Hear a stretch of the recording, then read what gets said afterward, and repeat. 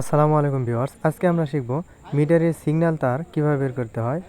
তো মিটারের পজিটিভের সঙ্গে পজিটিভ সংযোগ দিয়ে দিচ্ছি এবং নেগেটিভের সঙ্গে নেগেটিভ সংযোগটা দিয়ে দিলাম।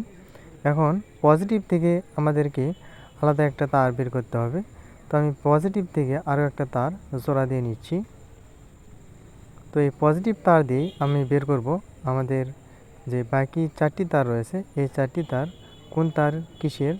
তো এটাতে ঠেকাইলাম, দেখেন এটা দেখাচ্ছে হেডলাইট সিগন্যাল, এটা হেডলাইট সিগন্যাল। আরও যে বাকি তিনটি তার রয়েছে, দেখেন এই যে বাকি তিনটি তার রয়েছে, এই তিনটি তার দেখেন কোন তার কি। এটি হচ্ছে ডান সাইড অর্থাৎ রাইট সাইড সিগন্যাল, মাঝখানেটা হচ্ছে লেফট সাইড সিগন্যাল অর্থাৎ বাম দিকের সিগন্যাল, এবং সাইডের যে তার রয়েছে এটি হচ্ছে স্পিড।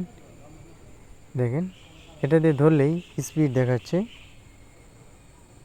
তো আশা করি ভিডিওটি বুঝতে পেরেছেন, আপনারা এভাবে বের করতে পারবেন। তো ভালো থাকবেন, আসসালামু আলাইকুম।